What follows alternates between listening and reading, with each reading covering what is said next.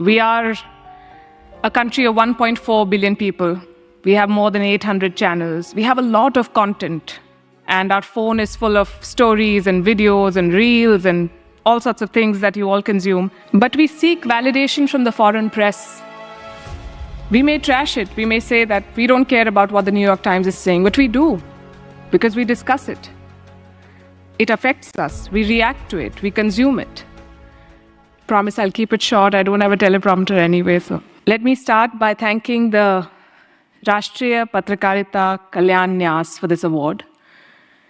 Let me also congratulate them for all the good work that they're doing to promote journalism in India. I think this award and this recognition today is for my team and my channel, and for the journalism that we do, and for the purpose that we hope we serve. What is the purpose, we ask ourselves. I think what we set out to do was to tell India's story in India's words.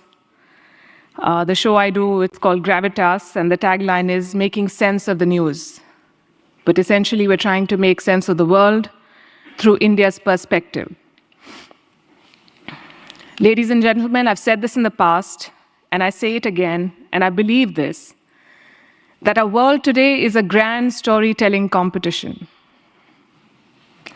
We are all striving to present our national, cultural, personal, all kinds of stories in the most persuasive manner. I remember reading somewhere in the olden times, they used to say that if you want to poison a people, you should poison their wells. They'll have contaminated water, they'll die. Now it is said that if you want to poison a people, you poison their stories. When you poison their stories, you contaminate their minds, and it's worse than dropping bombs, because then you take away the self-confidence of a country. You devastate their morale. And I think that is more damaging any day than poisoning water or poisoning wells. You make a country doubt its abilities. And we Indians have been through a very difficult phase where we were colonized, and while we achieved independence 75 years ago, I think somewhere a lot of us are still colonized in our minds. We need to come out of that. So it is important to tell stories and tell the right stories in the right manner, because stories sway people. They change the course of policies, politics, and indeed the world. And this is my favorite example from the Second World War. America had a list of cities in Japan that they wanted to bomb with the atom bomb. And on that list was the city of Kyoto. But the US then had a Secretary of War, and he decided that Kyoto should not be part of the list. We know which two cities were bombed eventually, Hiroshima and Nagasaki. He removed Kyoto because this Secretary of War in America had been to Kyoto on his honeymoon, and he saw how beautiful Kyoto is and how rich it is culturally, and he believed that that culture should not be destroyed. So the story of Kyoto won, and the story of Nagasaki and Hiroshima lost, which is why it is very important to also control your story, to actively shape it. We are a country of 1.4 billion people. We have more than 800 channels. We have a lot of content, and our phone is full of stories and videos and reels and all sorts of things that you all consume. We are a very aware and politically engaged people. From the tea seller to the CEO of a company, everybody knows what's happening. They can talk to you about Biden's policies, and they can also weigh in on what's happening in Bihar and everything in between. But we seek validation from the foreign press. If you've seen what's been making news in the past couple of days, you would know. The New York Times writes something about a policy in India, and it immediately becomes a Twitter trend. But why do we need a certificate from the foreign press? We may trash it. We may say that we don't care about what the New York Times is saying, but we do, because we discuss it.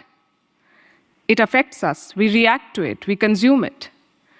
The Economist says something about who we should vote for in an Indian election, and it becomes part of the political debate. And while we've achieved a lot in India in the last 75 years, we've not had a single newspaper in this country. Can you imagine an Indian newspaper publishing a headline about something in the US or the UK, and for that making it to the big political story of that country? Will American leaders debate what is written in the Indian Express? Will British leaders debate what's written in the Times of India? They're not affected by what we are saying, but we are affected by what they say about us. If there's disturbance in Kashmir, the BBC reports it, the Al Jazeera reports it. And they use their own lens, their own editorial biases, and all media is agenda-driven. I was discussing it with someone earlier today. India's first newspaper, Hickey's Gazette, was a very anti-imperial newspaper. It had an agenda, it took sides. Media takes sides, and that is okay. The argument I'm making is very simple. We are a land of epics like the Mahabharata and Ramayana, and yet we've allowed others to take control of our story for way too long. And that is what we try to do at WION still. I started with talking about our purpose, and that is our purpose, to tell India's story. And we found a willing and a very welcoming audience in all of you and a lot of Indians. I'm very happy to share with you that only 40% of our audience and our viewers are in India. The remaining 60% are outside India, which gives us a lot of hope.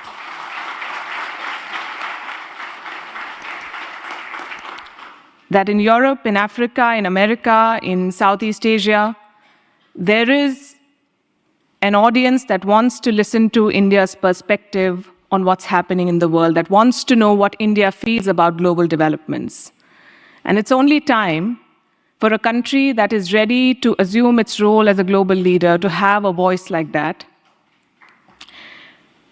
When we began this journey in WION 5 years back, we are a young channel, we believed in the product, we believed what we were trying to do.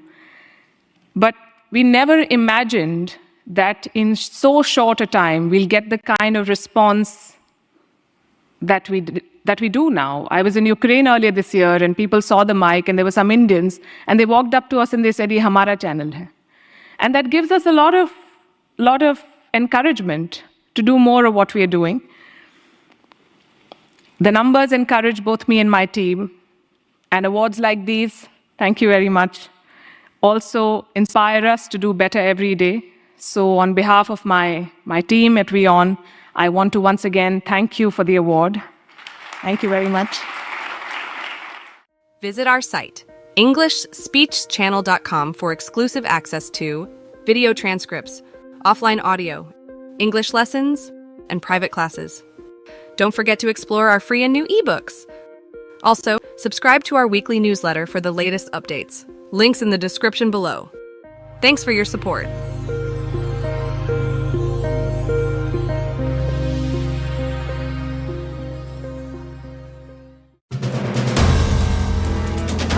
If you like the video, do like, comment, share, and subscribe.